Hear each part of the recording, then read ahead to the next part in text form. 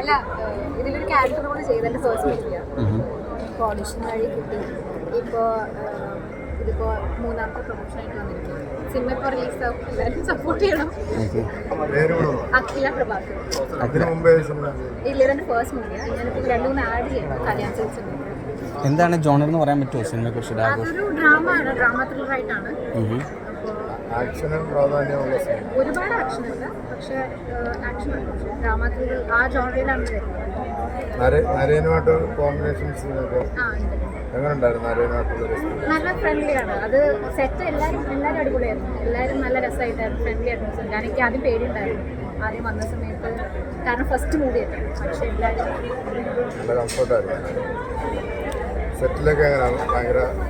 അടിപൊളിയായിരുന്നു. എല്ലാവരും ഒരേ വൈബിലുള്ള കുറേ ആൾക്കാരായതുകൊണ്ട് നല്ല ഫണ്ടായിരുന്നു. അജു ഉണ്ടായിരുന്നോ? അജുചേട്ടനായിട്ട് ഞാൻ കണ്ടിട്ടില്ല. ഇല്ല, അജുചേട്ടൻ ഞാൻ ചേട്ടനെ കണ്ടിട്ടില്ല. ഇല്ല, ഷൂട്ടിൻ്റെ സമയത്ത് ഉണ്ടായിരുന്നു.